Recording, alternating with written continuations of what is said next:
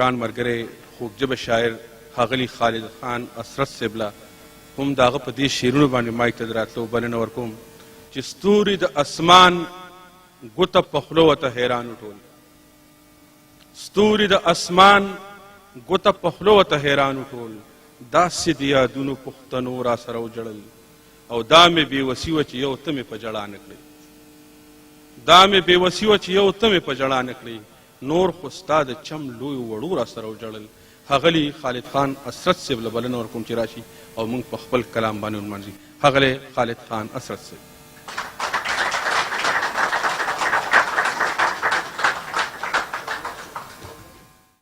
نو خالد صاحب خو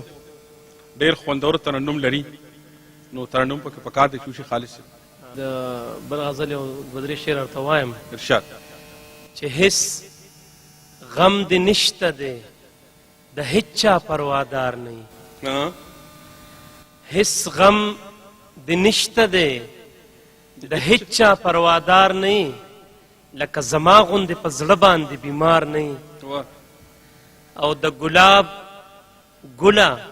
زانګه زانګه د ښایست له زوره د ګلاب ګله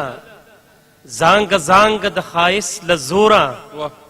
په حال د جوبل جوبل زړونو خبردار نه ډېر او زه خو مین یم په جذبه باندې د مینې پایم زه خو مین یم په جذبه باندې د مینې پایم ته څنګه ژوند دی چې تر اوسه د چا یار نه ډېر او یو غزل درته وړاندې کوم د ملګرو په غوښتنه باندې تا ته که مې خپل زړګی ښودلی شوې افسوس تا ته که مې خپل زړګی ښودلی شوې افسوس حال مې د زړګي درته ویلی شوې افسوس تا ته که مې خپل زړګی ښودلی شوې افسوس ولې به پټ پټ په اور د مینې سوځېدلی ولې به پټ پټ په اور د مینې سوځېدلی ته کمې په مینا پوهېدلی شوې افسوس ته کمې په مینا پوهېدلی شوې افسوس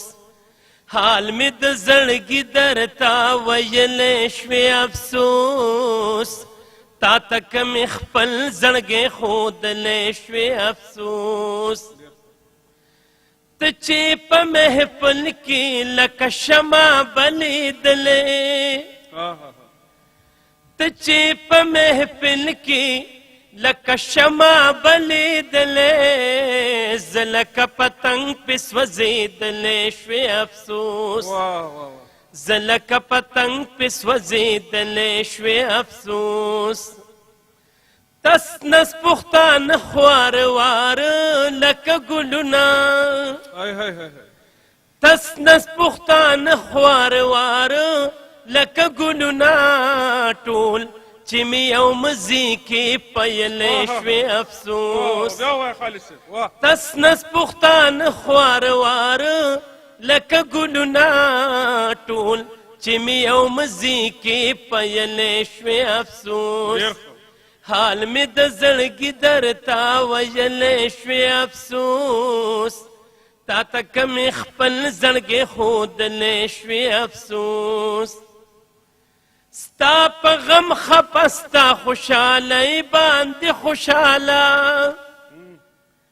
ستا په غم خفه ستا خوشحالۍ باندې خوشحاله یاره که خالد دې پیژندلی شوې افسوس یاره که خالد دې پیژندلی شوې افسوس حال مې د زړګي درته ویلی شوې افسوس تا ته که مې خپل زړګی ښودلی شوې افسوس